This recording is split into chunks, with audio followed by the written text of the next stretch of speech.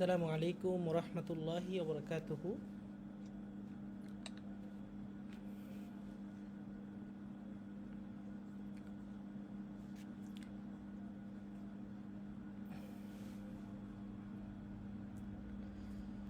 আসসালামু আলাইকুম রহমতুল্লাহি ওবরকাতুহু।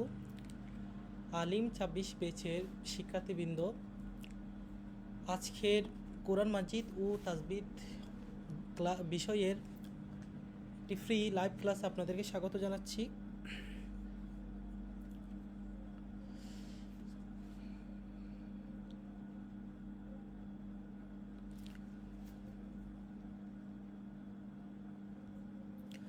আপনারা অবগত আছেন, আপনাদের পরীক্ষা ইতিমধ্যেই খুবই সন্নিকটে। আপনাদের পরীক্ষার শেষ মুহূর্তের প্রস্তুতির জন্য ইতিমধ্যেই অনলাইন মাদ্রাসা আপনাদের জন্য একটি বিশেষ কোর্স লঞ্চ করেছে। উক্ত কোর্সের যে নাম সেটা হচ্ছে আলিম 2026 আইসিইউ ব্যাচ। আইসিইউ ব্যাচের একটি ফ্রি ডেমো ক্লাস হিসেবে আজকের ক্লাসটি নেওয়া। আজকের ক্লাসে মূলত আমরা আপনাদেরকে এই যে আলিম 2026 আইসিইউ বেসে যে সার্ভিস দিয়ে থাকবো, যেভাবে ক্লাস দিয়ে থাকবো, তার একটি ডেমো ক্লাস, এবং আশা করছি আপনারা আজকের ক্লাস থেকে উপকৃত হয়ে। যে আমার আওয়াজ কি শোনা যাচ্ছে না? হ্যাঁ, ঠিক আছে, আমি বড় করে বলার চেষ্টা করতেছি। অনেকেই সালাম দিচ্ছেন, ওয়ালাইকুম আসসালাম রহমতুল্লাহ। আশা করি আমার কথা ক্লিয়ারলি এখন শুনতে পাচ্ছেন। আমি বড় করে বলার চেষ্টা করতেছি। সো আজকের ক্লাসটি মূলত আমাদের আইসিইউ ব্যাচের একটি ডেমো ক্লাস হিসেবে নেওয়া হবে, এবং আজকের ক্লাসে আমরা 2024 সালের যে প্রশ্নটি ছিল ওই প্রশ্নটি আমরা সলভ করব, এবং পরীক্ষার মধ্যে প্রশ্ন কিভাবে আমরা সলভ করতে পারি, কিভাবে উত্তর করতে পারি, সেটা নিয়ে আজকে আলোচনা করব। তো আমি আপনাদের সামনে একটি স্লাইড ওপেন করব।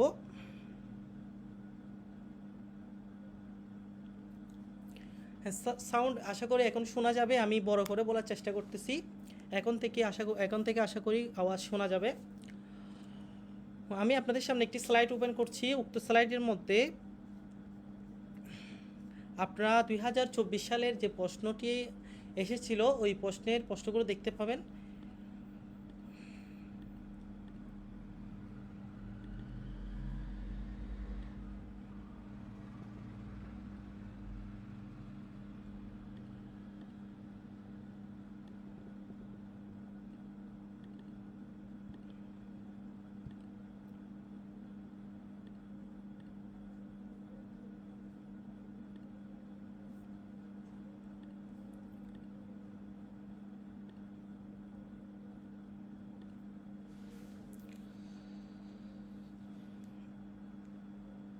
আচ্ছা, আজকের ডেমো ক্লাসে আপনাদেরকে স্বাগত জানাচ্ছি। দেখেন, আমি আপনাদের সামনে আপনাদের যে কোরআন মাজিদ ও তাজবিদ বিষয়ের যে মানবন্টন রয়েছে, প্রশ্নের ধরন ও নাম্বার বিভাজনটা ওপেন করেছি। আপনারা দেখতে পাচ্ছেন আপনাদের প্রশ্নটি সাধারণত দুইটা অংশে বিভক্ত। প্রথমত আপনাদের এই নির্দিষ্ট যে সূরাগুলো রয়েছে, মোট 6টি সূরা, এই সূরার মধ্য থেকে যে কোনো 8টি প্রশ্ন থাকবে, এবং 8টি প্রশ্নের মোট 6টি প্রশ্নের উত্তর লিখতে হবে। এবং এই 6টি প্রশ্নের মধ্যে আপনাদের অনুবাদ থাকবে, তাহকিক থাকবে, এবং সংক্ষিপ্ত প্রশ্নের উত্তর লিখতে হবে। তো অনুবাদের জন্য 9 নাম্বার, তাহকিকের জন্য 3 নাম্বার, এবং সংক্ষিপ্ত আয়াত সংশ্লিষ্ট যে সংক্ষিপ্ত প্রশ্ন থাকবে ওই সংক্ষিপ্ত প্রশ্নের জন্য 3 নাম্বার। মোট 15 নম্বর, 6, 15, 90 নাম্বার। এরপরে আরেকটি প্রশ্ন থাকবে, সেটা হচ্ছে আপনাদের যে 6টি সূরা আছে, 6টি সূরার মধ্য থেকে যে কোনো একটি সূরার নামকরণ সহ সারনজুল লিখতে হবে, এবং তার মধ্যে এই প্রশ্নটির উত্তর দিলে আপনি 10 নাম্বার পেয়ে থাকবেন। আচ্ছা, তো দেখেন, আমি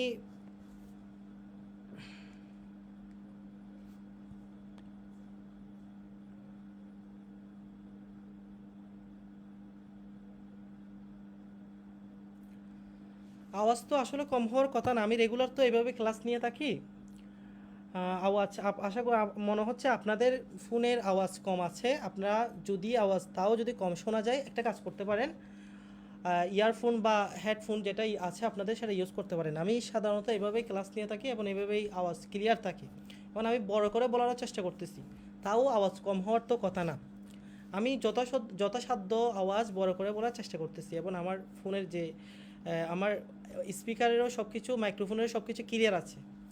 তো যাই হোক, এই যে আমি এই যে স্লাইডের মধ্যে যে প্রশ্নটি দেখা যাচ্ছে যে তারজিমিল আয়াত আল কারিমা তুম আজিব আনিল আসইলা আল মুলহাকা, যে এরকম 8টি প্রশ্ন থাকবে। এই 8টি প্রশ্নের মধ্যে 8টি থেকে কমপক্ষে 6টি প্রশ্ন দিতে হবে, এবং প্রত্যেকটি প্রশ্নের প্যাটার্নটা এইভাবে থাকবে। একটা কোরআনের আয়াত একটাও থাকতে পারে বা একাধিকও থাকতে পারে। কোরআন আয়াতটি যদি বড় হয় তাহলে একটি থাকবে, আর যদি ছোট ছোট হয় তাহলে 2টা 3টাও থাকতে পারে। এবং আপনাকে সর্বপ্রথম আয়াতের অনুবাদ করতে হবে, অতঃপর আয়াত সংশ্লিষ্ট যে প্রশ্ন থাকবে প্রশ্নের উত্তর দিতে হবে। দেন আপনার তাহকিক করতে হবে, কয়েকটি আয়াত থেকেই 1টা 2টা 3টা এরকম তাহকিক থাকবে, শব্দ দেওয়া থাকবে, ওই শব্দগুলো আপনার তাহকিক করতে হবে। সো আমরা প্রথম যে প্রশ্নটি আছে, যে আমরা দেখতে পাচ্ছি এখানে আয়াত আছে, ইয়া আইয়ুহান নাসু তাকু রাব্বাকুমুল্লাযী খালাকাকুম মিন নাফসিন ওয়াহিদা ওয়া খালাকা মিনহা যাওজাহা ওয়া বাথা মিনহুমা রিজালান কাসীরা। এটি হচ্ছে সূরাতুন নিসা এর একদম প্রথম যে আয়াতটি রয়েছে, 1 নম্বর আয়াতটি। তাহলে আমরা সর্বপ্রথম আয়াতের অনুবাদ করব। যে আয়াতের অনুবাদ যদি করতে যাই আমরা, ইয়া আইয়ুহান নাসু ইত্তাকু রাব্বাকুম, হে লোক সকল, ইত্তাকু রাব্বাকুম, তোমরা তোমাদের প্রতিপালককে ভয় করো, আল্লাযী খলাকাকুম, যিনি তোমাদেরকে সৃষ্টি করেছেন, মিন নাফসিন ওয়াহিদা, একটি মাত্র প্রাণ থেকে, ওয়া খলাকা মিনহা যাওজাহা, ওয়া খলাকা মিনহা, এবং তা থেকে সৃষ্টি করেছেন তার স্ত্রীকে। অর্থাৎ হে লোক সকল, তোমরা তোমাদের রবকে ভয় করো, যিনি তোমাদেরকে একটি মাত্র প্রাণ থেকে সৃষ্টি করেছেন, অতঃপর তা থেকে তার স্ত্রীকে সৃষ্টি করেছেন। ওয়াবাথা মিনহুমা রিজালান কাসীরা, এবং উভয় থেকে, মানে প্রথম একটি প্রাণ সৃষ্টি করেছিল, তারপরে তার স্ত্রীকে সৃষ্টি করেছেন, এবং উভয়ের থেকে অনেক পুরুষকে ছড়িয়ে ছিটিয়ে বিক্ষিপ্ত করেছেন। বাচ্চা এবচ্চ মানে ছড়িয়ে ছিটিয়ে দেওয়া। অর্থাৎ এই দুইজন থেকে প্রথমে একটি প্রাণ সৃষ্টি করেছেন, এই প্রাণ থেকে আবার তার স্ত্রীকে সৃষ্টি করেছেন, অতঃপর উভয়ের থেকেই অনেক পুরুষ মহিলা, রিজালান কাসীরা ওয়া নিসা, অনেক পুরুষ মহিলা তিনি ছড়িয়ে ছিটিয়ে দিয়েছেন পৃথিবীব্যাপী। ওয়াত্তাকুল্লাহ আল্লাযী তাসাআলুনা বিহি ওয়াল আরহাম, ওয়াত্তাকুল্লাহ, এবং তোমরা আল্লাহকে ভয় করো, আল্লাযীনা তাসাআলুনা বিহি, আল্লাযীনা ওই আল্লাহ, তাসাআলুনা বিহি, যার ব্যাপারে তোমরা একে অপরের কাছে কোনো কিছু চেয়ে থাকো, মানে যে আল্লাহর দোহাই দিয়ে, যে আল্লাহর নাম নিয়ে তোমরা একে অপরের কাছে কোনো কিছু চেয়ে থাকো, সে আল্লাহকে তোমরা ভয় করো। ওয়াল আরহাম, এবং আত্মীয়তার সম্পর্ককে তোমরা ভয় করো। ইন্নাল্লাহা কানা আলাইকুম রকিবা, নিশ্চয় আল্লাহ তাআলা তোমাদের উপর রকিবান, রকিবান শব্দের অর্থ হচ্ছে পর্যবেক্ষণকারী। অর্থাৎ আল্লাহ তাআলা তোমরা যা কিছু করছো সব কিছু আল্লাহ তাআলা পর্যবেক্ষণ করে, নিশ্চয় আল্লাহ তাআলা তোমাদের উপর পর্যবেক্ষণকারী। ওয়া আতুল ইয়াতামা আমওয়ালাহুম, ওয়া আতু, অর্থাৎ তোমরা প্রদান করো, দিয়ে দাও, আল ইয়াতামা, ইয়েতিমদেরকে, আমওয়ালাহুম, তাদের সম্পদ, ওয়ালা তাতাবাদ্দালুল খবিসা বিত-তাইয়্যিব, ওয়ালা তাতাবাদ্দালু, এবং তোমরা পরিবর্তন করিও না, আল খবিস, মন্দ সম্পদকে, বিত-তাইয়্যিব, ভালো সম্পদ দিয়ে। অর্থাৎ তোমাদের যে মন্দ সম্পদ রয়েছে সেগুলোকে ভালো সম্পদ দিয়ে মিলিয়ে ফেলিও না, পরিবর্তন করে ফেলিও না। ওয়ালা তাকুলু আমওয়ালাহুম ইলা আমওয়ালিকুম, ওয়ালা তাকুলু, এবং তোমরা খেয়ে ফেলিও না, আমওয়ালাহুম, তাদের সম্পদকে, ইলা আমওয়ালিকুম, তোমাদের সম্পদের সাথে মিলিয়ে। অর্থাৎ এখানে বলা হচ্ছে যে তোমরা এতিমদের সম্পদ, যখন একজন ব্যক্তি, একজন সন্তান, একজন মানে বাচ্চা, এতিম ছেলের পিতামাতা মারা যায়, তখন সে এতিম হয়ে যায়। এতিম হওয়ার পরে যার যে সম্পদগুলো রয়েছে সেগুলো তোমার জন্য কিন্তু এগুলো আলমালুল খবিস, অর্থাৎ এগুলো তোমার জন্য হালাল সম্পদ না, এগুলো হারাম সম্পদ, মন্দ সম্পদ। সুতরাং তোমরা যেগুলো কামাই করতেছো, তোমরা যা কিছু উপার্জন করেছো, সেগুলো তো তোমাদের জন্য হালাল সম্পদ। তোমরা এতিমদের সম্পদকে তোমাদের সম্পদের সাথে মিলিও না, পরিবর্তন করিও না, এটা বলছো। ওয়ালা তাতাবাদ্দালুল খবিসা বিত-তাইয়্যিব ওয়ালা তাকুলু আমওয়ালাহুম ইলা আমওয়ালিকুম, এবং তোমরা তাদের সম্পদকে তোমাদের সম্পদের সাথে মিলিয়ে ভক্ষণ করিও না। ইন্নাহু কানা হুবান কাবীরা, নিশ্চয় তা হুবান কাবীরা, মানে বড়ই অপরাধ। ওয়া ইন খিফতুম আল্লা তুকসিতু ফিল ইয়াতামা, ওয়া ইন খিফতুম, আর যদি তোমরা আশঙ্কা করো, যে লা তুকসিতু ফিল ইয়াতামা, তোমরা এতিমদের মধ্যে নেই বিচার করতে পারবে না, নেই পরিণত অবলম্বন করতে পারবে না, ফানকিহু, তাহলে তোমরা বিবাহ করো, মা তবালাকুম, তোমাদের ইচ্ছে মতো, মিনান নিসা, মেয়েদের মধ্য থেকে, মাতনা, দুইজন, ওয়া থালাথা, তিনজন, ওয়া রুবাআ, চারজন। তাহলে এই আয়াতের অনুবাদ যদি আমরা শুরু থেকে মিলিয়ে পড়ি, যদি তোমরা আশঙ্কা করো যে তোমরা এতিম মেয়েদের ক্ষেত্রে নেই বিচার করতে পারবে না, নেই পরিণতা অবলম্বন করতে পারবে না, তবে তোমরা সাধারণ নারীদের মধ্য থেকে দুইজন বা তিনজন, চারজন করে ইচ্ছে মতো তোমরা কী করতে পারো, বিয়ে করতে পারো। ফাইন খিফতুম আল্লাহ তাআদিলু, যদি তোমরা আশঙ্কা করো যে তোমরা কী করতে পারবে না, তাদের মাঝে এই 2জন 3জন 4জন বিবাহ করে তাদের মাঝে সমতা বিধান করতে পারবে না, নেই পরায়থা বজায় রাখতে পারবে না, ফাওয়াহিদাতুন, তাহলে একজনই তোমরা কী করো, বিবাহ করো। আও মা মালাকাত আইমানুকুম, অথবা তোমাদের মালিকানাধীন বাদীদেরকে বিয়ে করো। যদি স্বাধীন মহিলা 2জন 3জন 4জন বিয়ে করার ক্ষেত্রে, বিয়ে করার পরে তোমরা নেই পরিণতা অবলম্বন করতে পারবে না, সমতা বজায় রাখতে পারবে না, এই আশঙ্কা যদি তোমরা করে থাকো, তাহলে একটা বিয়ে করো। অথবা স্বাধীন মহিলা বিয়ে না করে তোমাদের মালিকানাধীন যে বাদী রয়েছে, যেটি বর্তমানে নেই কিন্তু আগের যুগে বাদীর প্রচলন ছিল, এই বাদীদের মধ্য থেকে তোমরা বিবাহ করো। যালিকা আদনা, এটাই অধিক উপযোগী, অধিক নিকটবর্তী, আল্লাহ তাআলু, যে তোমরা পক্ষপাতিত্ব করবে না।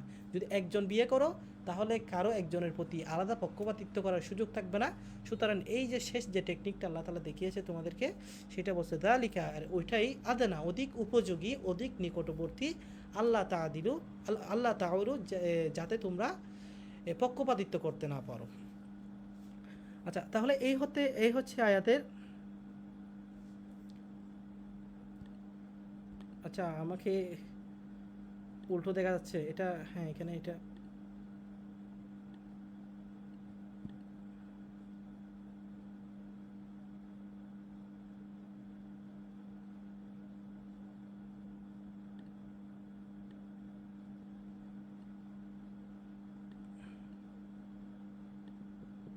এটা উল্টো কেন হয়ে গেছে বুঝতে পারতেছি না, কেন হয়ে যাচ্ছে।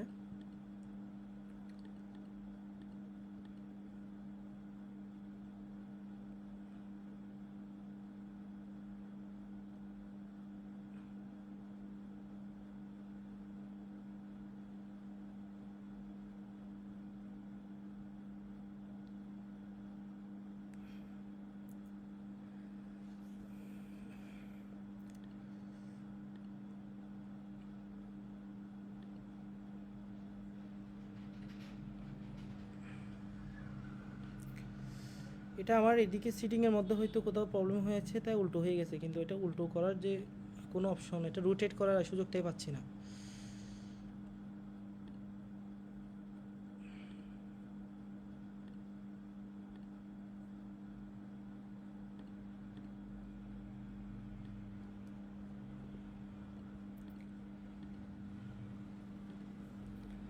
আচ্ছা, যাই হোক, উল্টো দেখার চেয়ে না দেখাই ভালো।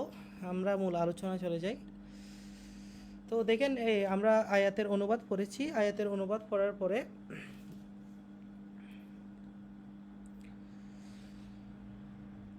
আমরা আয়া সংশ্লিষ্ট একটি প্রশ্ন থাকে, এই প্রশ্নটির উত্তর দিতে হবে। যেমন এখানে আয়া সংশ্লিষ্ট প্রশ্ন আছে, আলিফের মধ্যে দেওয়া আছে বাইয়িন সাবাবা নুজুল হাদিহিল আয়াত আল কারিমা, অর্থাৎ এই যে আয়াতগুলো নাজিল হয়েছে, আয়াতগুলো নাজিল হওয়ার কারণ বা প্রেক্ষাপট বর্ণনা করতে বলা হয়েছে।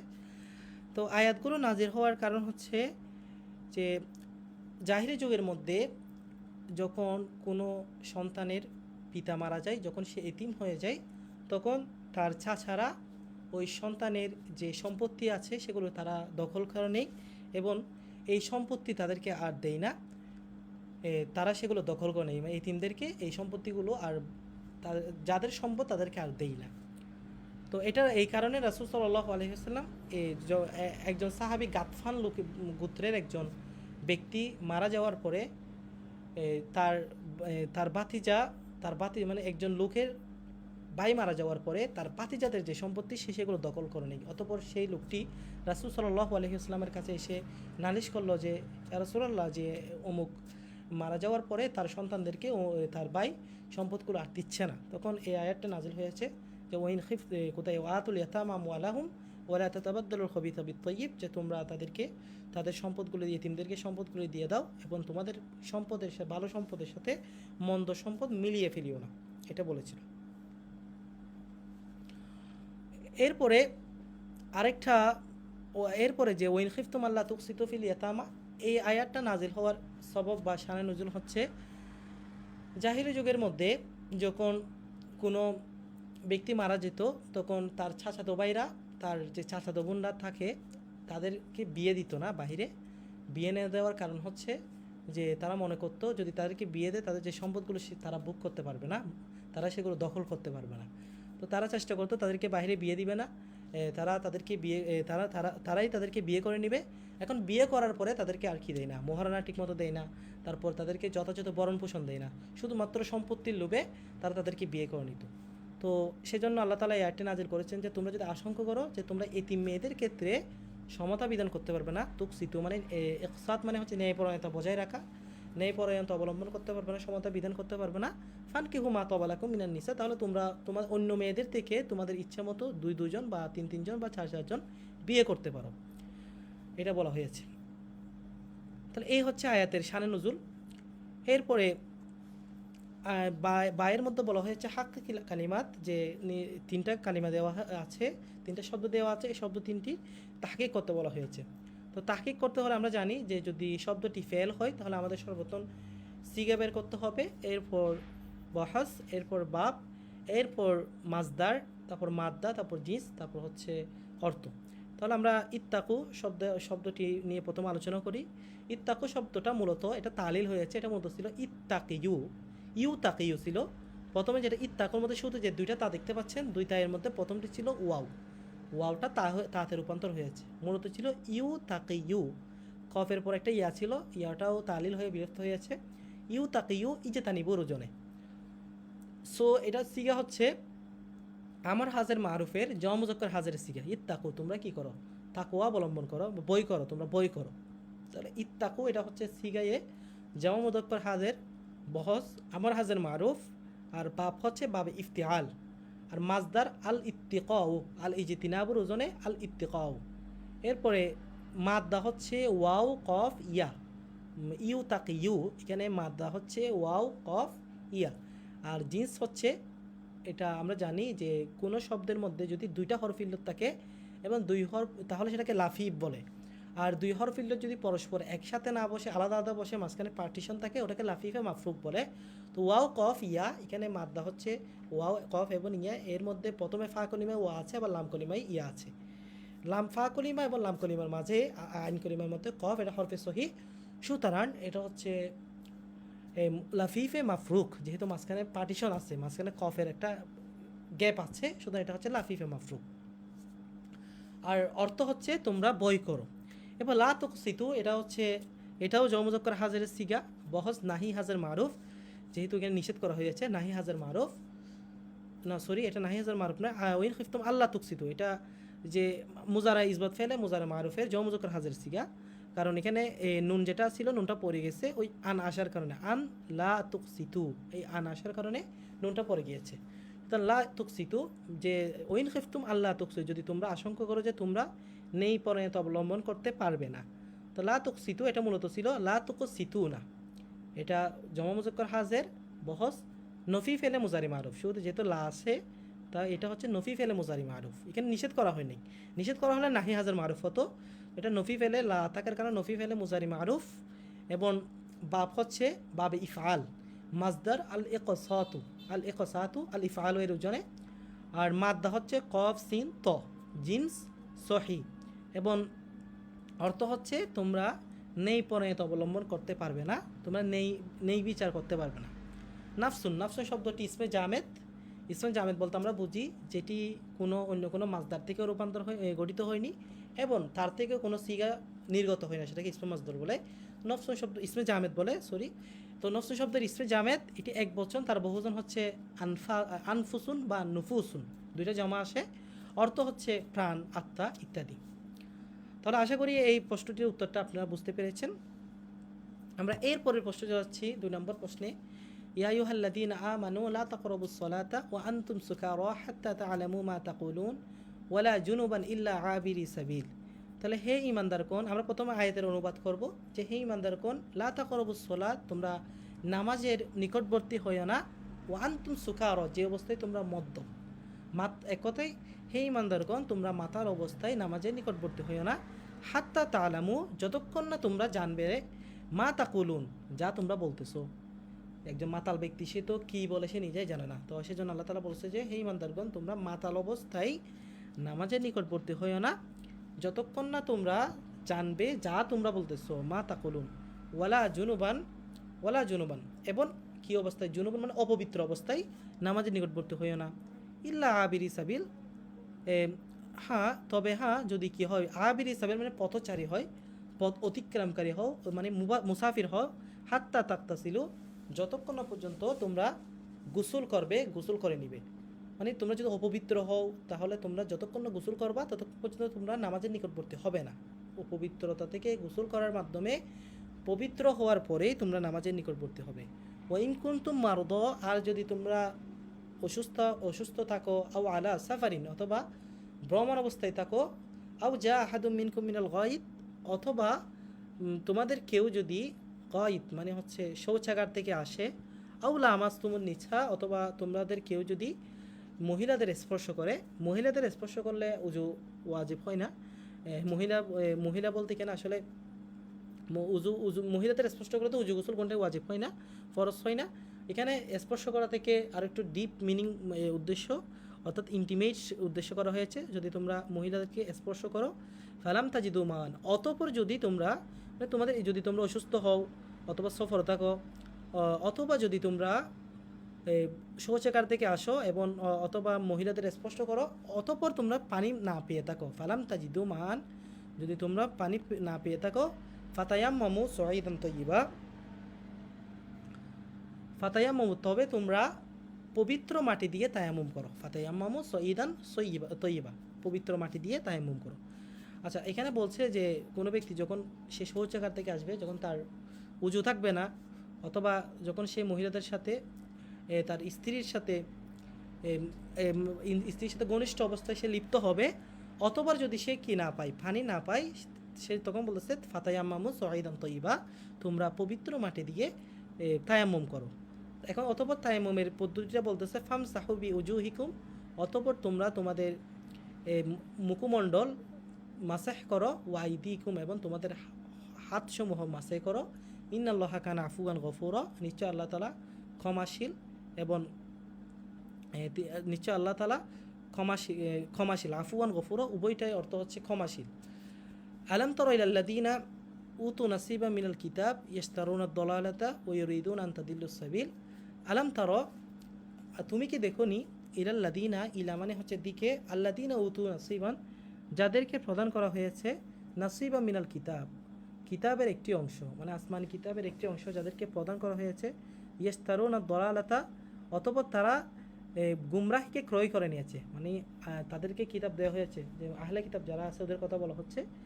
তো কিতাব দেওয়ার পরেও তারা পথভ্রষ্টকে ক্রয় করে নিয়েছে, মানে বাছাই করে নিয়েছে। ওই রিদুন এবং তারা চায় আন তাদিল্লুস সাবিল, যে তোমরাও পথভ্রষ্ট হও, এটা চায় তারা। ওয়াল্লাহু আ'লামু বিআদাইকুম, এবং আল্লাহ তাআলা অধিক অবগত তোমাদের শত্রুদের সম্পর্কে। ওয়াকাফা বিল্লাহি ওলিয়ান, এবং অভিভাবক হিসেবে আল্লাহই যথেষ্ট। ওয়াকাফা বিল্লাহি নাসিরন, এবং সাহায্যকারী হিসেবেও আল্লাহই যথেষ্ট। তাহলে এই হচ্ছে আয়াতের অনুবাদ। এখন আমরা আয়াত সংশ্লিষ্ট যে প্রশ্ন আছে প্রশ্নটি উত্তর দিব। মা মানা কওলিহি তাআলা লা তাকরাবুস সালাতা ওয়া আনতুম সুকারা, যে আয়াতে জিজ্ঞেস করা হয়েছে, একটা আয়াত লা তাকরাবুস সালাতা ওয়া আনতুম সুকারা, যে তোমরা মদ্যপ অবস্থায় নামাজের নিকটবর্তী হও না, এর দ্বারা কি উদ্দেশ্য, আল্লাহ তাআলা কি উদ্দেশ্য করেছে, এটার অর্থ কি, এটা প্রশ্ন করা হয়েছে। সো এটা আসলে যদি আমরা আয়াতের শান নজুরে যাই তাহলে এটার মিনিংটা আমরা স্পষ্ট ক্লিয়ারলি বুঝতে পারবো। এই আয়াতটি হচ্ছে একবার হযরত একজন সাহাবী একবার অন্যান্য সাহাবীদেরকে তার বাড়িতে ভোজনের দাওয়াত করেছিলেন। দাওয়াতের পরে তারা, ইসলামের প্রাথমিক যুগে তো মদ পান করা হারাম ছিল না, যদিও বা মদ পান করার সময় আস্তে আস্তে ধীরে ধীরে ধাপে ধাপে কয়েকটি ধাপে মদ পান করা হারাম হয়েছে। তো প্রথম তো ইসলামে মদ পান করা হারাম ছিল না, তখন সাহাবে একরাম তারা নিজেরাও মদ পান করত।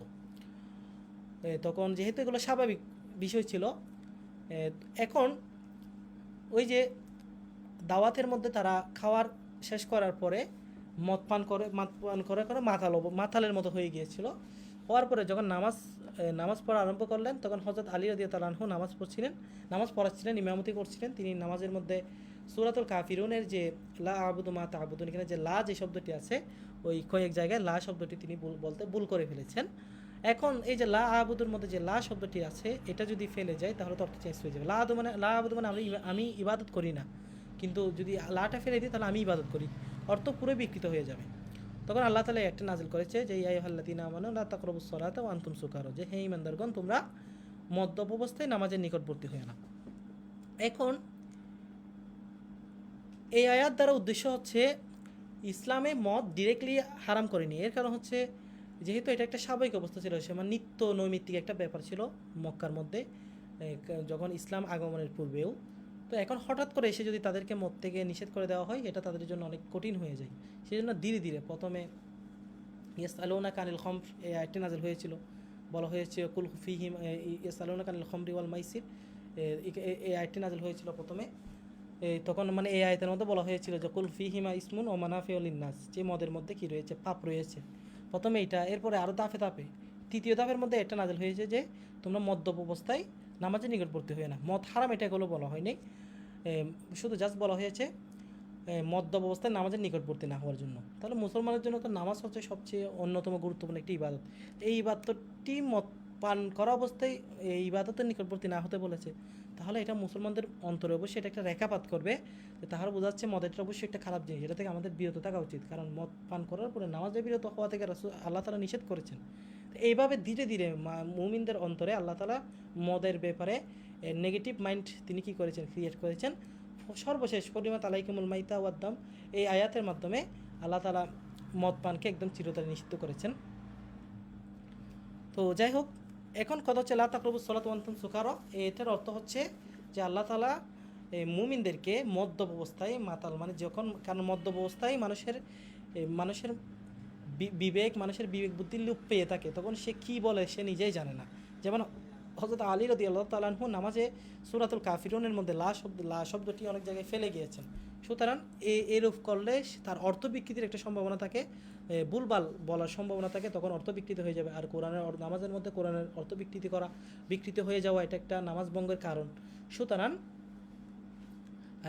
এই জন্য আল্লাহ তাআলা মুমিনদেরকে মদ্যপ অবস্থায় মাতাল অবস্থায় নামাজে না আসার জন্য বলেছেন। আচ্ছা, এই হচ্ছে আলিফ অংশের উত্তর। এরপরে জিজ্ঞেস করা হয়েছে, এরপরে বলা হয়েছে বা এর মধ্যে হাক্কিকিল কালিমাত, তাহাকিক তিনটা শব্দ আছে, শব্দগুলো তাহাকিক করতে হবে। একটা হচ্ছে লা তাকরাবু, এটা হচ্ছে নাহি হাজার মারুফের সিগা, জমুজক্কর হাজের সিগা। লা তাকরাবু, তোমরা নিকটবর্তী হয়ে না। সিগা হচ্ছে জমুজক্কর হাজের, বহস নাহি হাজের মারুফ। আর বাপ হচ্ছে করবা ইয়াকটুবু বাবে লা তাকরাবু, এটা হচ্ছে লা তাকরাবু বাবে কারমা একটুমু থেকেও আসে, আবার বাবে ফাতাহে আফ থেকেও আসে, করবা ইয়াকরাবু। আর মাজদার হচ্ছে আল কুরবু, অর্থাৎ নিকটবর্তী হওয়া। আর মাদ্দা হচ্ছে কফ র বা, জিন্স হচ্ছে সহি, আর অর্থ হচ্ছে তোমরা নিকটবর্তী হয়ে না। এরপর তায়াম্মামু শব্দটি, এটাও জমজক্কর হাজের সিগা, তোমরা তায়াম্মুম করো, বহস আমর হাজের মারুফ। এবং বাপ হচ্ছে বাবে তাফাউল, মাজদার হচ্ছে আত তায়াম্মুমু। এবং মাদ্দা তাফাউল, মাদ্দা হচ্ছে ইয়া মিম মিম, মাদ্দা ইয়া মিম মিম। এবং জিন্স হচ্ছে মুজাফে সুলাসি। আমরা জানি যে কোনো একটা শব্দের মধ্যে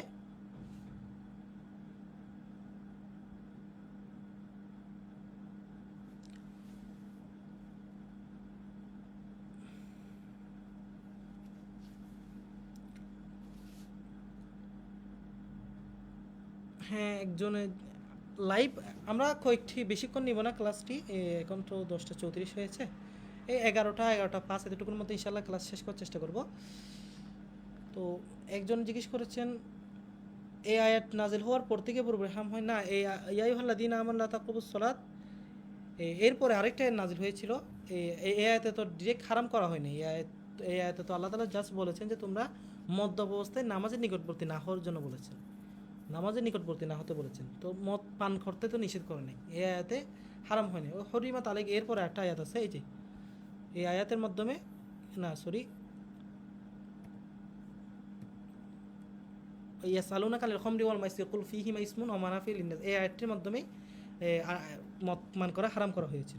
এটার মাধ্যমে না, এটার মধ্যে তো এখানে তো মদ হারাম করার কথা উল্লেখ হয়নি, এখানে জাস্ট বলা হয়েছে যে লা তাকরাবুস সালাত ওয়া আনতুম সুকারা, অর্থাৎ মদ্যপ অবস্থায় নামাজের নিকটবর্তী না হওয়ার জন্য বলেছে। মদ মুঠ হচ্ছে 4 ধাপে হারাম করা হয়। চার ধাপে মদ পান করা ইসলামে হারাম করা হয়, একদম ডিরেক্টলি হারাম করা হয়নি। আচ্ছা,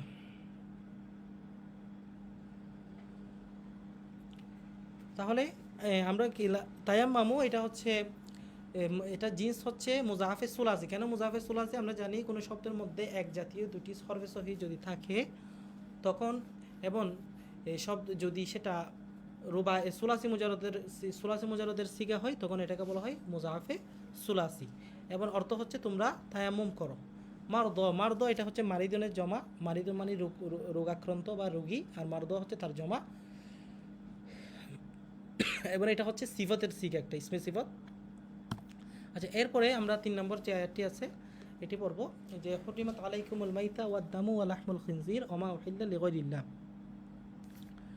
হরিমাত আলাইকুমুল মাইতা অর্থাৎ হারাম করা হয়েছে তোমাদের উপর, আল মাইতা মানে মৃত ব্যক্তি, তোমাদের উপর মৃত প্রাণী, মৃত প্রাণীকে হারাম করা হয়েছে। ওয়াদ দামু এবং রক্ত, ও লাহমুল খিনজির, এবং লাহমুল খিনজির মানে হচ্ছে শুকরের গোস্ত।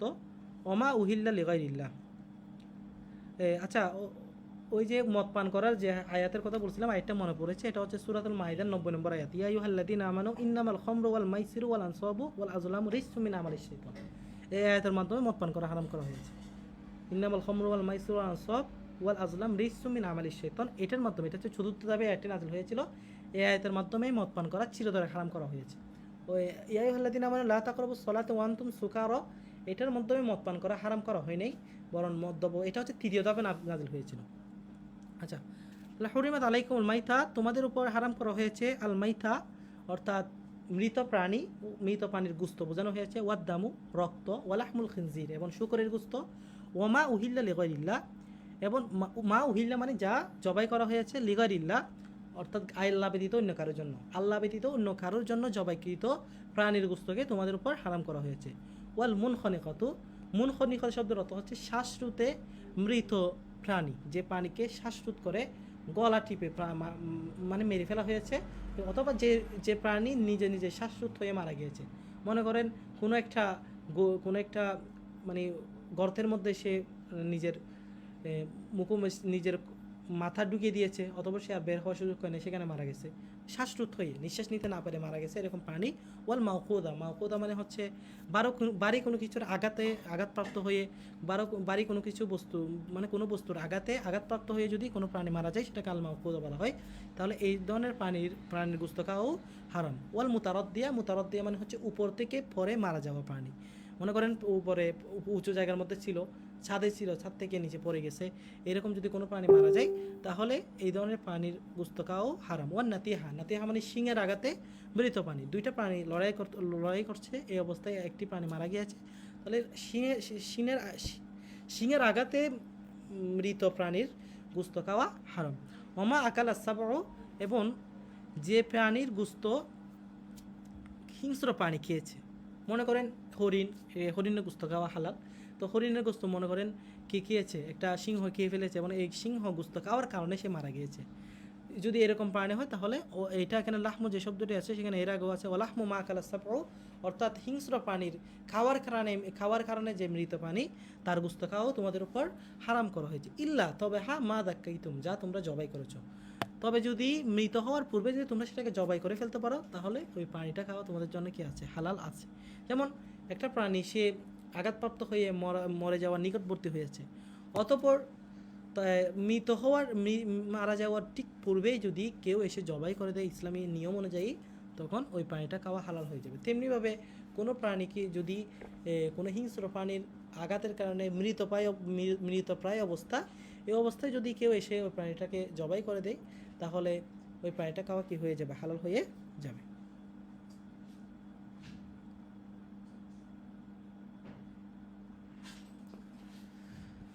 ওমা দুবিহা আলান নুসুবি, এবং ওই প্রাণী যেটাকে প্রতিমার মানে প্রতিমা বা মূর্তি দেবদেবীর জন্য জবাই করা হয়েছে।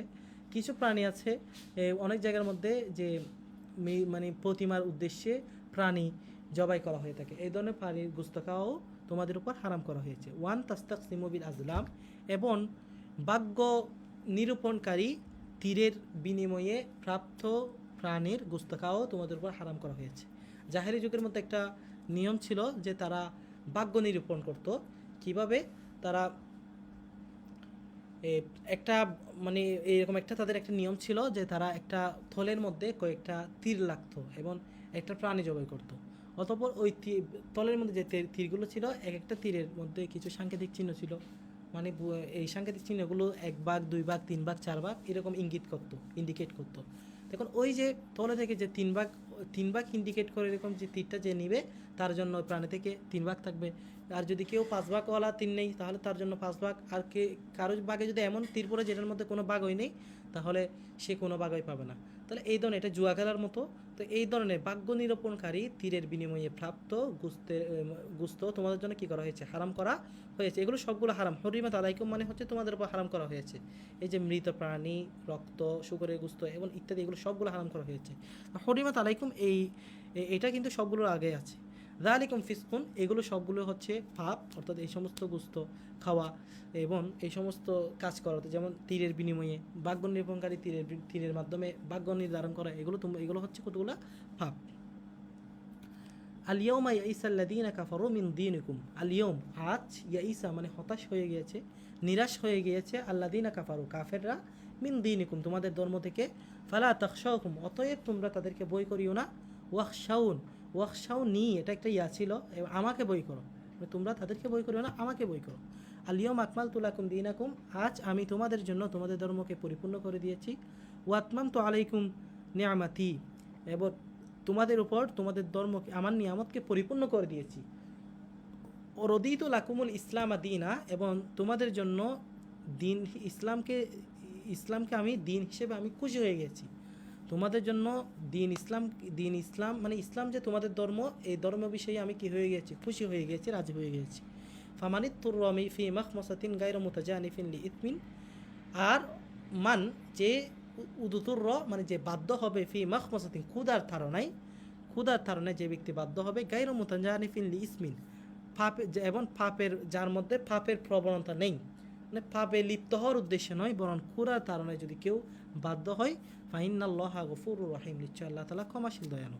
অর্থাৎ এই যে সমস্ত প্রাণীর কথা বলা হয়েছে, প্রাণীর গোশত হারাম হওয়ার কথা বলা হয়েছে আয়াতের মধ্যে, কেউ যদি এমন কোনো পরিস্থিতির শিকার হয় যেখানে সে যদি এই সমস্ত যদি সে এই সমস্ত হারাম প্রাণীর গোশত খাওয়ার সুযোগ না থাকে, তাহলে মানে তাহলে সে আর কিছুই খেতে পারবে না। মনে করেন কোনো যুদ্ধের ময়দানে গিয়েছে, সেখানে মরুভূমি বা জঙ্গলের মধ্যে, সেখানে হালাল কোনো প্রাণী নেই। এখন এই অবস্থায় সেখানে মৃত প্রাণী আছে অথবা জীবিত প্রাণী নেই, তখন সে যদি কিছু না খেয়ে থাকে, তাহলে সে মারা যাওয়ার মতো অবস্থায় উপনীত হয়েছে। তো ক্ষুধার ধারণায় যদি সে বাধ্য হয়, গায়রা মুতাজানিফিন লিইসমিন, পাপে লিপ্ত হওয়ার জন্য না, পাপের দিকে সে প্রবণ নয়, যদি এই অবস্থায় যদি সে বাধ্য হয়, ফাইন্নাল্লাহা গফুরুর রহিম, তখন নিশ্চয় আল্লাহ তাআলা ক্ষমাশীল দয়ালু, অর্থাৎ আল্লাহ তাআলা তাকে ক্ষমা করে দেবেন এবং আল্লাহ তাআলা দয়ালু, তো তার জন্য সেই সুযোগটা রয়েছে। আচ্ছা, এরপরে দেখেন এখানে আলিফের, এটা হচ্ছে আমাদের অনুবাদ। এরপরে জিজ্ঞেস করেছে মাল মুরাদু বিকৌলিহি তাআলা ওমা উহিল্লা লিগাইরিল্লাহ, মা উহিল্লা লিগাইরিল্লাহ, আমরা এখানে পড়েছিলাম মা উহিল্লা লিগাইরিল্লাহ মানে ওই প্রাণী যাকে জবাই করা হয়েছে লিগাইরিল্লাহ, আল্লাহ ব্যতীত অন্য কারোর জন্য, গায়রুল্লাহর জন্য। গায়রুল্লাহর জন্য বলতে জাহিলি যুগের মধ্যে মক্কার কাফেররা তাদের যে বিভিন্ন দেবদেবী প্রতিমা ছিল, এই প্রতিমার জন্য তারা বিভিন্ন প্রাণী জবাই করত, তাদেরকে উৎসর্গ করে তারা বিভিন্ন প্রাণী জবাই করত। এখনও হিন্দুরা এবং বিভিন্ন ধর্মাবলম্বীরা তারা তাদের যে প্রতিমা, তাদের দেবদেবী আছে, এগুলোর জন্য উৎসর্গ করে তারা বিভিন্ন প্রাণী তারা কি করে? উৎসর্গ করে, জবাই করে। তো এগুলো খাওয়া হারাম। তবে হ্যাঁ, বিভিন্ন অনুষ্ঠানে যদি কোনো একজন আল্লাহর ওলি বা আল্লাহর কোনো প্রিয় বান্দার যদি ইসালে সওয়াবের জন্য গরু জবাই করে, সেটা খাওয়া হালাল না, সেটা খাওয়া হালাল আছে। তবে এটা আসলে এক্ষেত্রে আল্লাহর জন্য জবাই করা হয়, জাস্ট তাদেরকে সওয়াব পৌঁছানোর উদ্দেশ্য হয়। যদি নিয়ত সেরা থাকে যে ওদের কাছে ওদের সওয়াব পৌঁছানোর জন্য, ওদের কবরে সওয়াব পৌঁছানোর জন্য, তবে জবাই করা হচ্ছে একমাত্র আল্লাহর জন্য, একমাত্র আল্লাহর নামেই জবাই করতেছে, বিসমিল্লাহ বলে যদি আল্লাহর নামে জবাই করে, তাহলে এগুলো খেতে কোনো সমস্যা নেই, এগুলো খাওয়া হালাল আছে। তবে যদি সরাসরি কোনো ব্যক্তির নামে বা কোনো মূর্তি প্রতিমার নামে যদি কোনো প্রাণী জবাই করে, সেটা খাওয়া হারাম। আয়াতে সেদিকেই ইঙ্গিত করা হয়েছে এবং আয়াতের উদ্দেশ্য হচ্ছে সেটাই, যেটা জাহিলি যুগের মধ্যে মক্কার কাফেররা করত। এরপর হাক্কিকিল কালিমাত বা অংশের মধ্যে এই যে তাহকিক 3টা শব্দ দেওয়া আছে। 1 নম্বর হুররিমাত। হুররিমাত শব্দটি হচ্ছে ওয়াহিদ মুয়ান্নাস গায়েবের সিগা, বহস ইজত ফেলে মাজি মুতলাক মাজহুল, যেহেতু হুররিমা এটা মাজি মুতলাক মাজহুলের সিগা, যেহেতু ফা করিমার মধ্যে পেশ দেখতে পাচ্ছি আমরা, সো এটা হচ্ছে মাজি মাজহুলের সিগা। এবং বাব হচ্ছে বাবে তাফঈল, আইন করিমা যদি তাসদিদ অর্থাৎ তাকরার হয় তখন সেটা বাবে তাফঈলের সিগা হয় হুররিমাত। এখানে আমরা দেখতে পাচ্ছি যে এখানে আইন করিমা তাকরার হয়েছে, ডাবল হয়েছে। এবং মাজদার হচ্ছে আত তাহরিম, বাবে তাফঈল মাজদার আত তাহরিম। এবং মাদ্দা হচ্ছে মাজদার সরি আত তাহরিম, এবং মাদ্দা হচ্ছে হা র মিম। এবং জিন্স হচ্ছে সহি, যেহেতু এখানে কোনো হরফিল্লত নেই, হামজাও নেই, আবার এক জাতীয় দুটো শব্দও নেই, দুইটা হরফও নেই, সুতরাং এটা হচ্ছে সহি। এবং অর্থ হচ্ছে হারাম করা হয়েছে। জাক্কাইতুম, জাক্কাইতুম এটাও জমা মুজাক্কার হাজিরের সিগা, বহস মাঝে মুতল ইসবত ফেলে মাঝে মুতলাক মারুফ, বাব বাবে তাফিল, যেহেতু এটার মধ্যে আইন কলিমা কাফের মধ্যে কাফ তাসদিষ্ট হয়েছে, তাকরা হয়েছে। এবং মাজদার আত্তাসকিয়াতু, মাজদার হচ্ছে আত্তাসকিয়াতু। এবং মাদ্দা হচ্ছে জাল কাফ ইয়া, জিন্স না কেসে ইয়া ই, সে যেহেতু ইয়া আছে হরফিল্লত, সুতরাং এটা হচ্ছে না কেসে ইয়া ই, অর্থ হচ্ছে তোমরা জবাই করেছো। নুসুবুন শব্দটি এক বচন, এটা ইসমে জামেদ, বহু বচন হচ্ছে আনসাবুন, অর্থ হচ্ছে প্রতিমা, দেবদেবী ইত্যাদি অর্থের জন্য ব্যবহার হয়। এরপরে আয়াতে যদি আমরা যাই, ইয়া আইয়ুহাল্লাযীনা আমানু ইত্তাকুল্লাহ ওয়াবতাগু ইলাইহিল ওয়াসিলা ওয়াজাহিদু ফি সাবিলিহি লাআল্লাকুম তুফলিহুন। ইয়া আইয়ুহাল্লাযীনা আমানু, হে ঈমানদারগণ, ইত্তাকুল্লাহ তোমরা আল্লাহকে ভয় করো, ওয়াবতাগু ইলাইহিল ওয়াসিলা এবং তার নিকট ওসিলা তালাশ করো। ওসিলা অর্থ হচ্ছে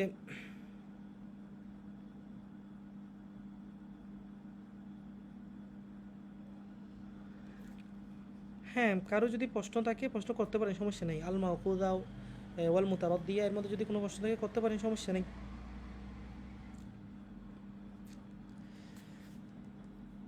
কোনো প্রশ্ন থাকলে করতে পারেন, সমস্যা নেই। আচ্ছা, তাহলে এই আয়াতের অনুবাদ করছিলাম আমরা। ইয়া আইয়ুহাল্লাযীনা আমানু ইত্তাকুল্লাহ ওয়াবতাগু ইলাইহিল ওয়াসিলা, হে ঈমানদারগণ তোমরা আল্লাহকে ভয় করো এবং তার নিকট ওসিলা তথা মাধ্যম তালাশ করো। ওয়াজাহিদু ফি সাবিলিহি, ওয়াজাহিদু এবং তোমরা সংগ্রাম করো, ফি সাবিলিহি তার পথে তোমরা সংগ্রাম করো, লাআল্লাকুম তুফলিহুন যাতে তোমরা সফলকাম হতে পারো। ইন্নাল্লাযীনা কাফারু, নিশ্চয় যারা কুফরি করেছে, অর্থাৎ নিশ্চয় কাফেররা, লাউ আন্না লাহুম যদি তাদের জন্য হতো, মাহফিল আরদি জামিয়া যা কিছু পৃথিবীতে আছে, মাহফিল আরদি জামিয়া যা কিছু পৃথিবীতে আছে সমস্তই যদি তাদের জন্য থাকতো, ওয়াবিসলাহু মাহু তেমনিভাবে তার অনুরূপ যদি আরও থাকতো, পাশাপাশি তার অনুরূপ আরও থাকতো, লিয়াফতাদু বিহি মিন আযাবি ইয়াউমিল কিয়ামা কিয়ামতের দিন আযাব থেকে ফিরিয়ে দেওয়ার জন্য, মুক্তিপণ দেওয়ার জন্য, যদি কাফেরদের আসমানে যা জমিনে যা কিছু আছে সবগুলোর পাশাপাশি যদি তার অনুরূপ আরও থাকতো, মা তুকুব্বিলা মিনহুম তাদের থেকে কবুল করা হতো না। মানে কিয়ামতের দিন যে তাদের জন্য শাস্তি অবধারিত, এই শাস্তির বিনিময়, শাস্তি থেকে মুক্তি পাওয়ার জন্য মুক্তিপণ হিসেবে যদি তাদের কাছে আসমান জমিনের পৃথিবীতে যা কিছু আছে সব কিছুর পাশাপাশি তার সমান আরও থাকতো, তাও তাদের থেকে তা কবুল করা হতো না। মা তুকুব্বিলা মিনহুম তাদের থেকে কবুল করা হতো না। ওয়ালাহুম আযাবুন আলীম এবং তাদের জন্য রয়েছে বেদনাদায়ক শাস্তি। ইউরিদুনা আন ইয়াখরুজু মিনান নার, ইউরিদুনা তারা চায়, আন ইয়াখরুজু মিনান নার জাহান্নাম থেকে বের হতে, ওমা হুম বিখারিজিনা মিনহা তারা তা থেকে বের হতে পারবে না। ওয়ালাহুম আযাবুম মুকিম এবং তাদের জন্য রয়েছে চিরস্থায়ী শাস্তি। ওয়াসসারিকু ওয়াসসারিকাতু ফাকতাউ আইদিয়াহুমা জাযাআম বিমা কাসাবা নাকালাম মিনাল্লাহ। চুর এবং চূর্ণী, ফাকতাউ আইদিয়াহুমা তোমরা তাদের হস্তদ্বয় কেটে দাও, জাযাআম বিমা কাসাবা তাদের কৃতকর্মের প্রতিদান স্বরূপ, এবং নাকালাম মিনাল্লাহ আল্লাহর পক্ষ থেকে শাস্তি স্বরূপ। চুর এবং চূর্ণী তোমরা তাদের উভয়ের হস্তদ্বয় কেটে দাও তাদের কৃতকর্মের শাস্তি স্বরূপ এবং আল্লাহর পক্ষ থেকে তাদের কৃতকর্মের প্রতিদান স্বরূপ এবং আল্লাহর পক্ষ থেকে শাস্তি স্বরূপ। ওয়াল্লাহু আজিজুন হাকিম এবং আল্লাহ তাআলা মহাপ্রজ্ঞাশালী এবং প্রজ্ঞাময়। ফামান তাবা মিন বাদি যুলমিহি ওয়া আসলাহা ফাইন্নাল্লাহা ইয়াতুবু আলাইহি ইন্নাল্লাহা গফুরুর রহিম।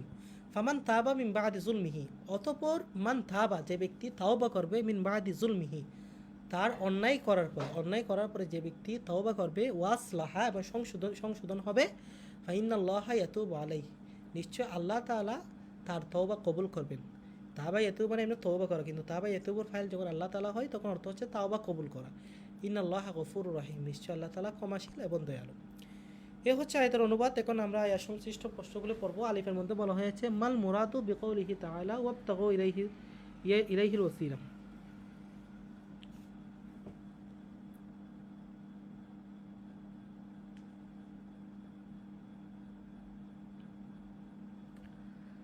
হ্যাঁ, আপনার প্রশ্ন সেটা হলো এখানে একটি অর্থ হলো যদি কোনো প্রাণী অন্য প্রাণীকে মেরে ফেলা।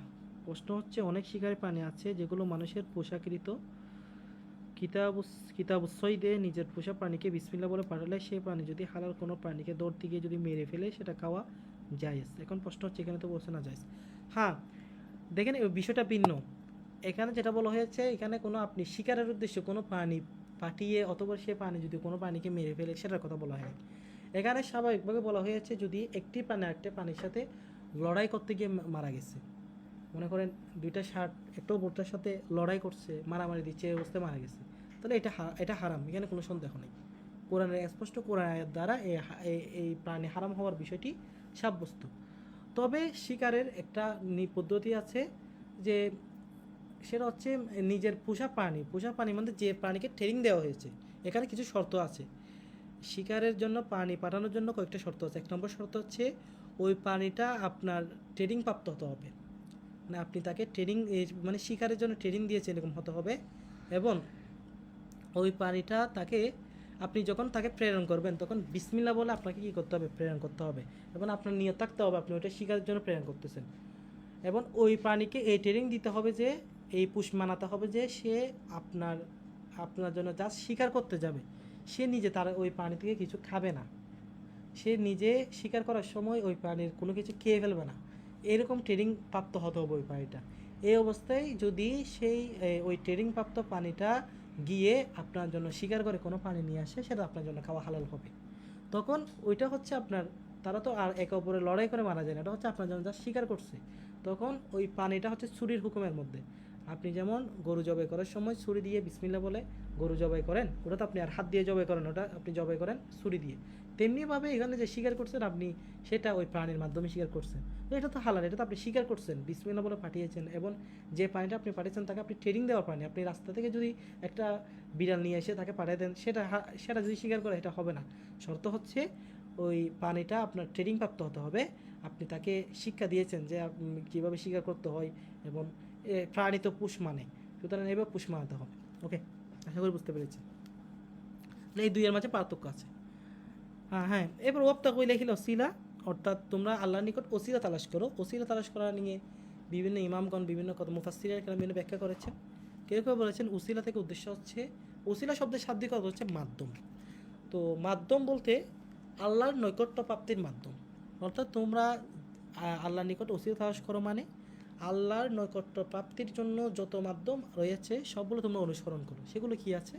সেগুলো হচ্ছে আপনার নেক আমল এবং আল্লাহর হুকুম মানা, আল্লাহর নিষেধ থেকে বিরত থাকা, তেমনি হচ্ছে রসুল ইসলামের আনুগত্য করা, রসুল ইসলামের সুন্নত পালন করা, এগুলো হচ্ছে আল্লাহর নৈকট্য প্রাপ্তির অন্যতম মাধ্যম।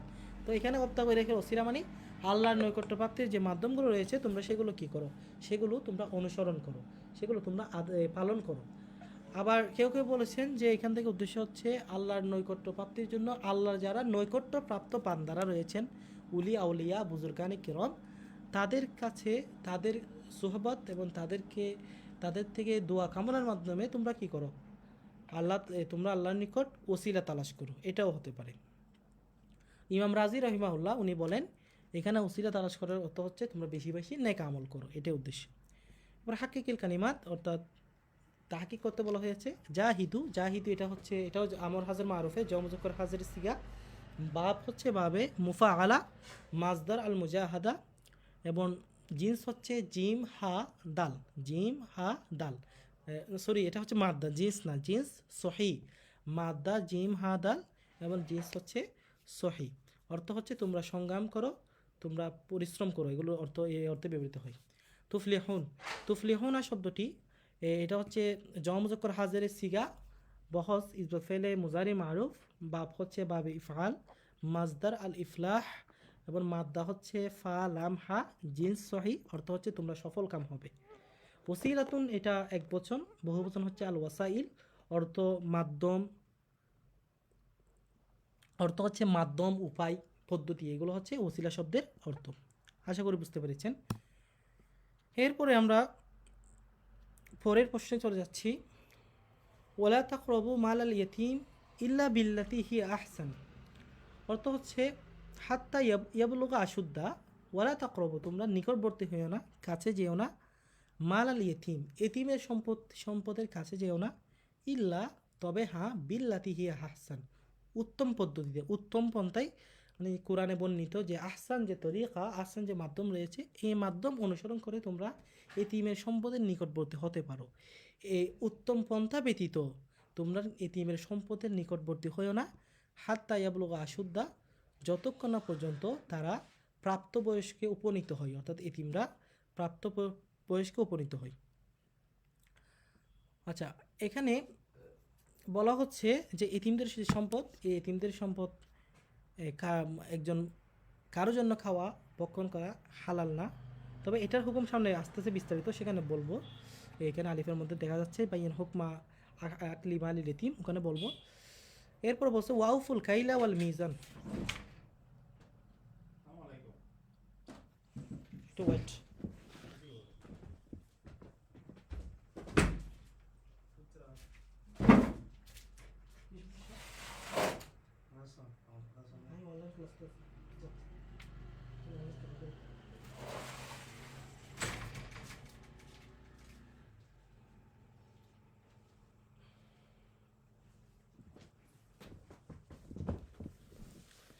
আচ্ছা, আমরা কোথায় ছিলাম? হ্যাঁ, ওয়াউফুল কাইলা ওয়াল মিজান, এবং তোমরা ওজন এবং পরিমাপের ক্ষেত্রে পরিপূর্ণ করো, অর্থাৎ ওজন এবং মাপ যুগের ক্ষেত্রে পরিপূর্ণভাবে আদায় করার কথা বলা হয়েছে, কোনো কম বেশ না করার জন্য বলা হয়েছে। বিল কিস্তি, একদম যথাযথভাবে তোমরা কি করো, পূরণ করো, পরিপূর্ণ করো ওজন এবং পরিমাপের ক্ষেত্রে। ওয়ালা নুকাল্লিফু নাফসান ইল্লা বুসাহা, ওয়ালা নুকাল্লিফু নাফসান, কাল্লাফা ইউকাল্লিফু তাকলিফ মানে হচ্ছে কোনো চাপিয়ে দেওয়া, কোনো কিছু জোর করে চাপিয়ে দেওয়া। লা নুকাল্লিফু আমি জোর করে চাপিয়ে দিই না, নাফসান কোনো ব্যক্তিকে, কোনো প্রাণকে, ইল্লা উসাহা তার সামর্থ্যের বাহিরে, মানে আমি কোনো ব্যক্তিকে বা কোনো কাউকে সামর্থ্যের বাহিরে কোনো কিছু চাপিয়ে দিই না। ওইদা কুলতুম আর যখন তোমরা কুলতুম কথা বলবে, ফা দিলু যথাযথ বা ন্যায্য কথা বলো, যথাযথ কথা বলো, ন্যায্য কথা বলো, ওলাউ খানা দা করবা যদিও বা তা নিকটাত্মীয়দের ক্ষেত্রে হয়, নিকটাত্মীয়দের স্বার্থ সম্পর্কীয় কথা হলেও তোমরা তা যথাযথভাবে তোমরা কি বলো, কথা বলো। মানে অনেক সময় এমন কথা বলতে হয়, সাক্ষ্য দিতে হয় যে যা নিজের আত্মীয় স্বজন, নিজের পরিবার পরিজনের স্বার্থের বিরোধী হয়, যদি তাও হয় তোমরা তা যথাযথ কথা বলো, এটা বলা হয়েছে। ওবে আহদিল্লাহি আউফু, এবং আল্লাহ তাআলার অঙ্গীকার তোমরা পূরণ করো, আল্লাহর সাথে কৃত চুক্তি তোমরা পূর্ণ করো। আহদুল্লাহ মানে আল্লাহ তাআলার সাথে কৃত চুক্তি, আউফু তোমরা পূর্ণ করো। জালিকুম ওয়াসাকুম বিহি, এই ব্যাপারেই তোমাদেরকে ওসিয়ত করা হয়েছে, অর্থাৎ উপদেশ, তিনি তোমাদেরকে, আল্লাহ তাআলা তোমাদেরকে উপদেশ দিয়েছেন, লাআল্লাকুম তাযাক্কারুন যাতে তোমরা স্মরণ করতে পারো। ওয়াইন্না হাযা সিরাতী মুস্তাকিমা, এবং নিশ্চয়ই ইহা আমার সরল পথ, ফাত্তাবিউ অতঃপর তোমরা তা অনুসরণ করো, ওয়ালা তাত্তাবিউস সুবুল এবং তোমরা অন্য পদ্ধতি অনুসরণ করিও না, আমার সরল পথটাই তোমরা কি করো, অনুসরণ করো, অন্যান্য যে পদ্ধতি তোমরা তা অনুসরণ করিও না।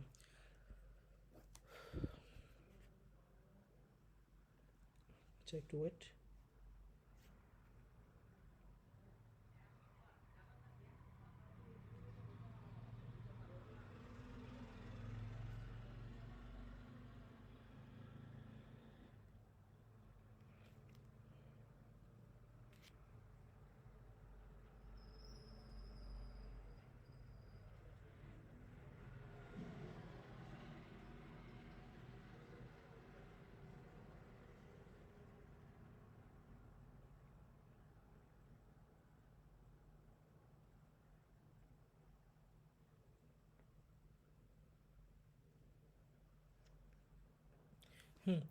ফাতাফাররাকা বিকুম আন সাবিলিহি যালিকুম ওয়াসসাকুম বিহি লাআল্লাকুম তাত্তাকুন।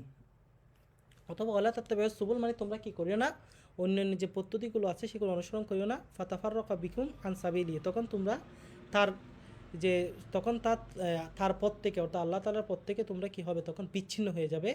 যালিকুম ওয়াসসাকুম বিহি, এই ব্যাপারেই তিনি তোমাদেরকে ওসিয়ত করছেন লাআল্লাকুম তাত্তাকুন, যাতে তোমরা মুত্তাকি হতে পারো, আল্লাহ ভীরু হতে পারো। সুম্মা আতাইনা মূসাল কিতাবা তামামান আলাল্লাযী আহসানা ওয়া তাফসীলা আহসানা ওয়া তাফসীলান লিকুল্লি শাইইন ওয়া হুদান ওয়া রাহমাতাল লাআল্লাকুম বিলিকাই রাব্বিহিম ইউমিনুন। সুম্মা আতাইনা মূসাল কিতাব, সুম্মা অতঃপর আমি মূসা আলাইহিস সালামকে দিয়েছি আল কিতাব, অর্থাৎ আমি কিতাব দিয়েছি, তামামান অর্থাৎ সম্পূর্ণরূপে আমি মূসা ইসলামকে কিতাব দিয়েছি, আলাল্লাযী আহসানা ওয়া তাফসীলা।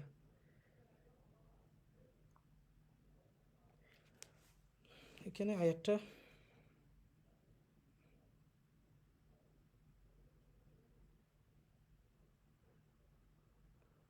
একটু ওয়েট করেন, এখানে আয়াতটা মনে হয়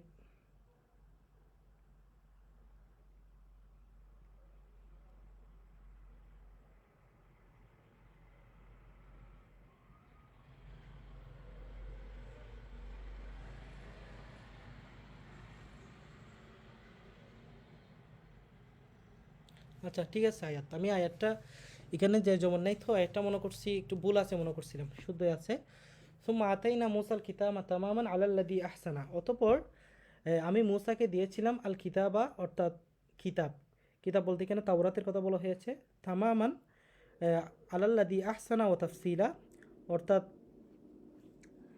আলা মানে তামামান মানে হচ্ছে সম্পূর্ণরূপে, সম্পূর্ণ করার উদ্দেশ্যে আলাল্লাযী আহসানা, ওই ব্যক্তির উপর যে কি করেছে, সৎ যে যারা সদাচরণ করেছে, আহসানা যারা সদাচরণ করেছে, মানে যারা হযরত মূসা ইসলামের সাথে সদাচরণ করেছে, অর্থাৎ হযরত মূসা ইসলামের যে বাণী যে উপদেশ সেগুলো মেনেছে, তাদের উপর নিয়ামতকে পরিপূর্ণ করার উদ্দেশ্যে ওয়া তাফসীলান লিকুল্লি শাইইন, এবং সব কিছুকে পরিপূর্ণ প্রত্যেকটা বিষয়কে তাফসীলান অর্থাৎ বিস্তারিতভাবে বিশদভাবে বিবরণ করার জন্য, ওয়াহুদা ওয়া রাহমাতান এবং হেদায়েত এবং রহমত হিসেবে আমি মূসা ইসলামকে কিতাব দিয়েছিলাম। সুম্মা আতাইনা মূসাল কিতাবা, অতঃপর আমি মূসা ইসলামকে কিতাবটা দিয়েছিলাম তামামান আলাল্লাযী আহসান। তামামান মানে হচ্ছে সম্পূর্ণ করার উদ্দেশ্যে, অর্থাৎ নিয়ামতকে পরিপূর্ণ করার উদ্দেশ্যে, আলাল্লাযী আহসানা যিনি যারা হযরত মূসা ইসলামের সাথে সদাচরণ করেছে, ওয়া তাফসীলান লিকুল্লি শাইইন এবং প্রত্যেক কিছু অর্থাৎ প্রত্যেক বিষয়কে বিশদভাবে বিবরণ করার উদ্দেশ্যে, ওয়াহুদা ও রাহমাতান লাআল্লাহুম বিলিকাই রাব্বিহিম ইউমিনুন, হুদা এবং হিদায়াতের উদ্দেশ্যে এবং রহমত বর্ষণ করার উদ্দেশ্যে, লাআল্লাহুম যাতে তারা বিলিকাই রাব্বিহিম তাদের প্রতিপালকের সাক্ষাতের বিষয়ে ইউমিনুন ঈমান আনতে পারে, অর্থাৎ একদিন যে আল্লাহ তাআলার সাথে কিয়ামত দিবসে সাক্ষাৎ হবে, পুনরুত্থান হবে, সেটার বিষয়ে যাতে ঈমান আনতে পারে, তাই আমি কি করেছি, এই কিতাবটি অবতীর্ণ করেছি, হযরত মূসা ইসলামকে দান করেছি। আচ্ছা, এই হচ্ছে আয়াতের অনুবাদ। এরপরে বলা হয়েছে বাইয়িন হুকমা আকলি মালিল ইতিম, যে এতিমের সম্পদ বক্ষণ করার হুকুম বর্ণনা করতে বলা হয়েছে। দেখেন, এতিমের সম্পদ বক্ষণ করার হুকুম হচ্ছে, এমনিতে সাধারণত কারো জন্য এতিমের সম্পদে হাত দেওয়া জায়েজ নেই, কারণ এখানে বলেছে ওয়ালা তাকরাবু মালাল ইতিম ইল্লা বিল্লাতি হিয়া আহসান। যদি কোনো ব্যক্তি তার সন্তান রেখে মারা যায়, তখন তার যে নিকট আত্মীয়রা আছে তাদেরকে অবশ্যই তার সন্তানের পাশাপাশি তার সন্তানের যে সম্পত্তিগুলো আছে সেগুলোর দেখভাল করতে হয়, পর্যবেক্ষণ করতে হয়। তবে ওই পর্যবেক্ষণ করার ক্ষেত্রে তার সম্পত্তিতে তাদের কোনো হস্তক্ষেপ বা তার সেখান থেকে কোনো কিছু নিজের জন্য খরচ করার কোনো অধিকার নেই। তবে যদি সে গরিব হয়, তবে পারিশ্রমিক হিসেবে সে যেহেতু ওই সন্তানটিকে লালন পালন করছে, তার সম্পত্তি দেখভাল করছে, তাই যদি সে বেশি গরিব হয়, দরিদ্র হয়, তখন পারিশ্রমিক হিসেবে সেখানে কি করতে পারবে, সে কিছু খরচ করতে পারবে, সে কিছু সেখান থেকে সে নিজে খরচ করতে পারবে। এটা হচ্ছে এতিমের সম্পদ, এতিমের সম্পদ বক্ষণ করার হুকুম। এরপর হাক্কিকের কালিমাত, এরপরে তাহকিক, লা তাকরবু, এটা লা তাকরবু শব্দ আমরা এর আগেও পড়েছিলাম। লা তাকরবু এটা হচ্ছে এটা তাহকিক ইতিপূর্বে গিয়েছে। এরপর আল মিজান, মিজান এটা হচ্ছে ওয়াজানা ইয়াজিনু বা দরবে দ্রিব থেকে ইসমে আলা এর ওয়াহেদের সিগা, অর্থ হচ্ছে পরিমাপ যন্ত্র, আর মাদ্দা হচ্ছে ওয়াও জা নুন, এবং জিনিস হচ্ছে মিসালে ওয়াবি, জিন্স হচ্ছে মিসালে ওয়াবি। এরপরে ওয়াসকুম, ওয়াসকুম শব্দটি হচ্ছে ওয়াসা ইউয়াসি তাওসিয়াতুন, এটাও হচ্ছে ইসবাত ফাইলে মাজি মুতলাক মারুফের। আমার এখানে কারেন্ট চলে গেছে, সেজন্য একটু প্রবলেম হচ্ছে আমার ক্লাসে, এখানে পুরোই অন্ধকার হয়ে গেছে, আমি অন্ধকারে ক্লাস দিচ্ছি। আচ্ছা, ওয়াসকুম, ওয়াসকুম এটা হচ্ছে ওয়াসা ইউয়াসি তাওসিয়াতুন, এটা হচ্ছে ইসবাত ফাইলে মাজি মুতলাক মারুফের ওয়াহিদ মুজাক্কার গায়র সিগা। এখানে কুম যেটা আছে সেটা হচ্ছে জমির, এটা এক্সট্রা জমির। এখানে মূল ফেল বা মূল সিগা হচ্ছে ওয়াস, এটা হচ্ছে ওয়াহিদ মুজাক্কর গায়বের সিগা, বহজ ইসবাত ফাইলে মাজি মুতলাক মারুফ, বাপ হচ্ছে বাবে তাফঈল এবং মাজদার হচ্ছে আত-তাওসিয়াতু, এবং মাদ্দা হচ্ছে ওয়াও সদ ইয়া, ওয়াও সদ ইয়া। জিনিস হচ্ছে লফিফে মাফরুক, ওই যে আগে একটা পড়েছিলাম আমরা ওয়াকর মতো। যদি কোনো শব্দে একই সাথে দুইটা হরফ ইল্লত থাকে এবং দুইটার মাঝখানে যদি পার্টিশন থাকে তাহলে ওটাকে লাফিফে মাফরুক বলা হয়। যেমন এখানে মাদ্দা হচ্ছে ওয়াও সদ এবং ইয়া, ওয়াও এবং ইয়া এর মাঝখানে সদ আছে, তাই এটা হচ্ছে লাফিফে মাফরুক। এবং এটা অর্থ হচ্ছে তিনি ওসিয়ত করেছেন, তিনি উপদেশ দিয়েছেন। আর কুমটা হচ্ছে জমিরে মনসুবে মুত্তাসিল, অর্থ হচ্ছে তিনি তোমাদেরকে কি দিয়েছেন, ওসিয়ত করেছেন।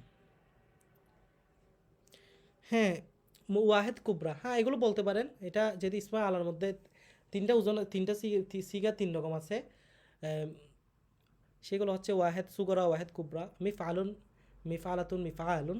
তবে দেখেন মিজানুন, এটা আসলে এগুলো এমনি আমরা মিজানের মধ্যে পড়েছি, কিন্তু ইসমা আর সিগা বর্ণনা করার ক্ষেত্রে এগুলো এইভাবে বলার দরকার নেই। আপনি মিজানটা শুধু জাস্ট এতটুকু বলবেন, এটি হচ্ছে সিগা ওয়াহেদ বহস ইসমে আলা, এবং বাপ হচ্ছে দরবে দ্রিবু, আর মাজদার হচ্ছে আল ওয়াজনু, মাদ্দা হচ্ছে ওয়াও জানুন, জিন্স মিসালা ওয়াবি, অর্থ হচ্ছে পরিমাপ যন্ত্র।